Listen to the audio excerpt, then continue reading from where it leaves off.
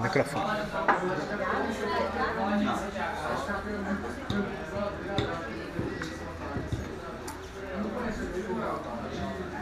Olá, boa noite a todos. Primeiramente, sejam todos bem-vindos. Nós estamos aqui para o lançamento do livro da Tayara Martins, né? Noite de Inverno em Taguatinga. E a gente vai apresentar um pouquinho do livro e depois vamos ouvir a própria escritora falar da sua obra literária. Nesta noite, Tayara apresenta o seu livro de contos, Noite de Inverno em Taguatinga. Os contos tratam dos dilemas emocionais, sociais e culturais que permeiam cada indivíduo nos tempos contemporâneos e como eles se refletem nas relações humanas e na construção do próprio sujeito para conhecer a si mesmo e encontrar o seu lugar no mundo. Portanto, Noite de Inverno em Taguatinga nos convida a uma leitura livre, despretensiosa e desprovida de preconceitos, a fim de olhar, com a ajuda da literatura, o que somos neste contexto globalizado, pluralizado e conflituoso. Então, com vocês, Tayara e Noite de Inverno em Taguatinga.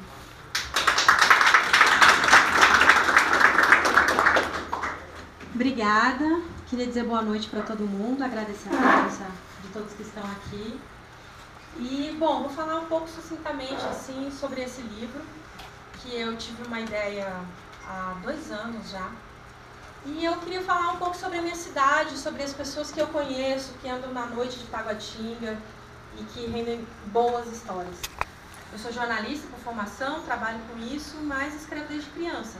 Crio personagens e histórias desde criança. E aí, depois de ter publicado meu primeiro conto, Perfume de Gabi, eu falei, agora estou preparada para escrever meu primeiro livro. E escrevi esse livro, que são 4 contos, todos eles se passam em Taguatinga, todos os personagens moram aqui. E eu quis abordar algumas questões assim, bem específicas nas histórias. Vocês vão poder observar que existem 4 personagens que são Fabrícia, Bernardo, Corina e Jacó. Quando eu comecei a escrever esse livro, eu pensei assim, tudo que a gente vive hoje, nos nossos problemas, nas coisas que são boas, nas coisas que são ruins, nas neuroses, enfim, a vida moderna. E aí eu compus esses 4 personagens, que são histórias curtas. O conto é uma técnica em que a história ela tem que ser muito bem definida, porque você tem um curto espaço de tempo para mostrar a tua história. Os personagens também não são muitos, porque, mais uma vez, você tem um espaço de tempo muito curto. E eu tenho 2 grandes autores assim, que foram meus professores, que é o Dalton Trevisan, o Vampiro de Curitiba, e o Anton Chekhov, que é um autor russo super aclamado, um contista que ainda no século XIX começou a escrever histórias mais curtas, quando naquela época os contos ainda eram muito longos.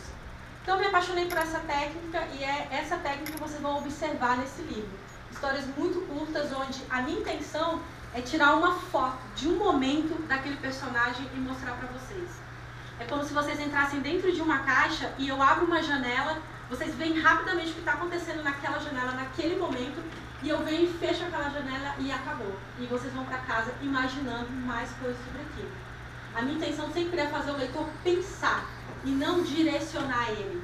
Eu quero que ele vá para casa e julgue aquela história. Bom, Fabrícia, eu quis abordar a solidão que todos nós vivemos, apesar dos milhares de amigos no Facebook.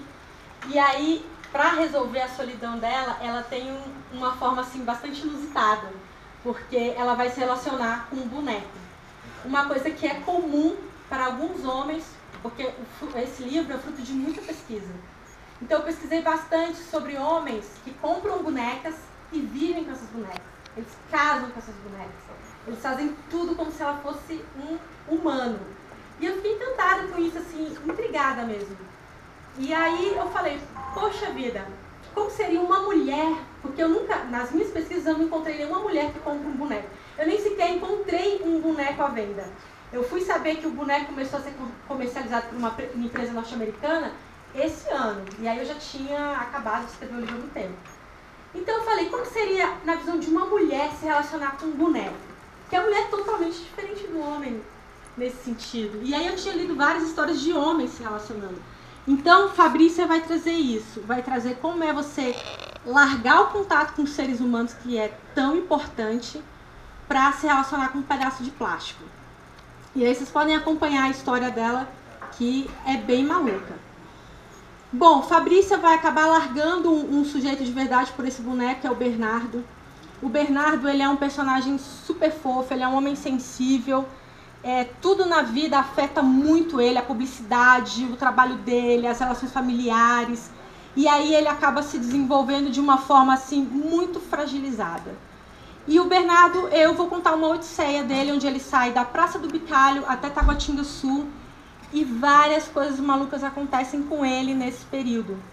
E vocês vão perceber quão frágil ele é. Mas como ele é homem, ele não vai chorar. Ele não vai procurar uma amiga e contar tudo pra ela. Ele vai ter uma reação bem diferente com todas as coisas tristes que acontecem na vida dele durante esse caminho. Bom, depois do Bernardo, vocês conhecem a Corina, que é um personagem muito difícil. Eu levei muito tempo para escrever essa história. Foi a história que mais demorou. Porque a Corina, ela parte do seguinte. Uma vez eu estava lendo notícias e eu descobri uma peruana que foi presa e processada porque ela estava tendo um relacionamento romântico sexual com um aluno dela. Ela adulta, devia ter uns 27 anos, e o aluno dela tinha 12 anos. E eu fiquei muito intrigada com isso, e aí eu fui ler a história dessa mulher. E acabei descobrindo muitas outras mulheres inglesas que estão presas e tiveram o mesmo tipo de relacionamento. Todas elas com garotos na pré-adolescência, meninos que não estavam nem com 15 anos ainda. Isso, mais uma vez, na minha visão de jornalista, a escritora me chamou assim a minha atenção. E eu falei, como? Qual é o atrativo de um garoto de 12, 13 anos a mim pegar? É uma coisa que eu não vejo mais no Brasil. Bonita, mas quem vai dar mulher? Porque, claro, eu como escritora, como mulher, eu tenho uma outra visão do homem. Se um homem tivesse escrito todas essas histórias, elas teriam com certeza sido bem diferentes. Então, mais uma vez, eu vou abordar o lado da mulher e escrevi essa história, que é polêmica sim, mas ela existe. E eu tenho um grande escritor, que eu admiro muito, que é um escritor do livro da Thay. E ele fala o seguinte, o escritor é aquele que fala sobre o que ninguém quer dizer. Então eu falei, ok, ninguém quer falar sobre isso, uma professora de 28 anos que vai morrer aos 13 anos, mas eu vou falar sobre isso. E eu vou criar sobre isso, eu não vou escrever um relatório, porque como escritora, eu crio, né? O meu mundo é muito mais fantasioso do que como jornalista, por exemplo. E aí eu escrevi a história da Corina, que ela é uma super FDP, vocês vão ver que a relação com esse garoto é só uma parte da história dela. Ela faz coisas muito mais fora da moral e da ética do que se relacionar com esse garoto. Bom, passando dela, você vai para a história do Jacó, que é o meu personagem preferido, é um cara otimista, é um cara que está aí para encarar a vida, ele é o oposto do Bernardo, tanto que quando ele encontra o Bernardo, ele faz meio que uma brincadeira, o Bernardo não percebe, fica morrendo de medo do Jacó, mas o Jacó é isso, ele é um cara bem-humorado, ele é um cara feliz com a vida. E no Jacó eu fui abordar as injustiças do nosso mundo, principalmente nas relações de trabalho.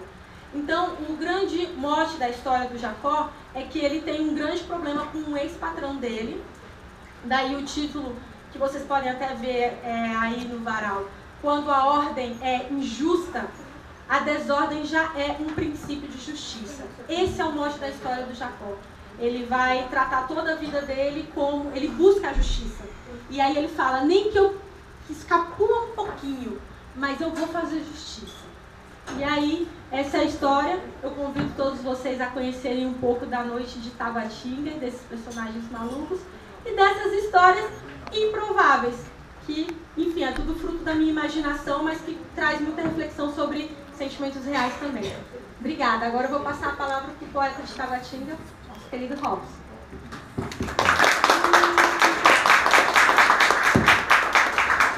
Obrigado, Thay. Eu me chamo Robson Anderson, eu sou poeta, também escritor aqui de Taguatinga, e fui convidado pela Thay para falar aqui um pouquinho. Então, como poeta, antes de começar a falar o que eu preparei, eu gostaria de ler uma poesia que assim que eu terminei de ler o livro dela, eu lembrei instantaneamente dessa poesia que eu escrevi já há um tempo atrás, que fala que tem muito a ver com o que é o livro da Thay, né? Se chama A Sombra da Noite de Taguatinga. Quem já não passou na rua de trás do Bradesco, depois de pagar a sua conta, ou comer um salgado nas lanchonetes próximas? Durante o dia, o sol quente de Taguatinga faz a gente suar, que chama até urubu. Mas esta rua, à noite, é a Rua do Cu, que promete oásis alegóricos, em miragens travestidas. E a Rua do Kingston, antiga Rua do Blues, também da sinuca que se mantém na tacada. Entre os bêbados, panquecas e roqueiros, estão ali reinando o affair da cidade, na assim chamada Rua da Alegria. Oferece uma proposta a cada simples passar. A alma da cidade está em cada bar, e também nos bêbados artistas, que fazem a veia desta cultura pulsar. Dona Lara, morta, já não tem o que apresentar. Nas praças desbotadas, nada há. No DI, doidos imundos insistem em vagar. Na CNF, a história está em cada gole, mas ao sair você pode tropeçar no craqueiro que ali dorme. Nossos pistões são acalanto de playboys e parque de promessas. Nos becos das bancas, muros e alambrados, mijo sagrado das putas é ácido fétido para a cidade. Voa a falsa ave branca, quando na verdade é o barro branco, que pode se tornar a bela escultura que quiser.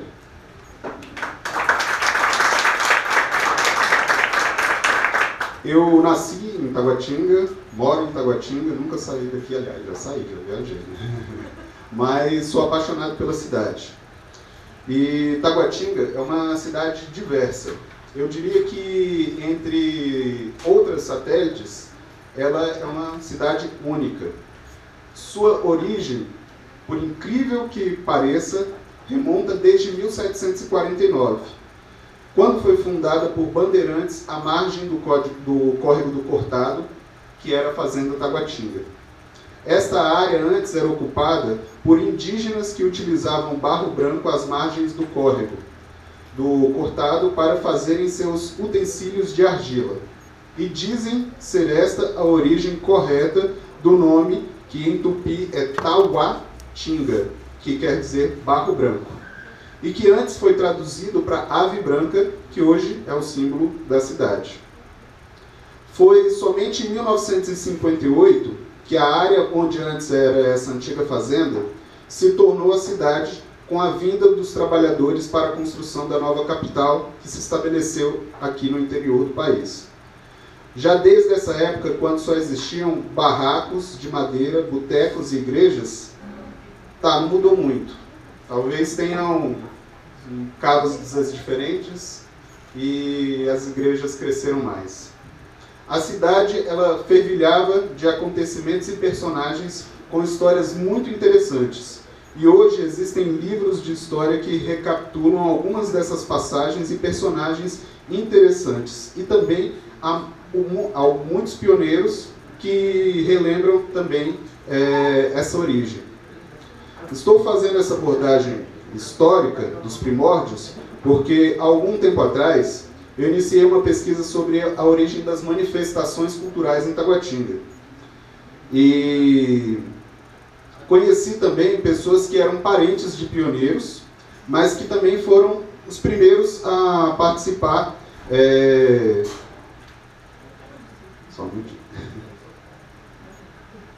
de movimentos literários, artísticos e musicais da cidade.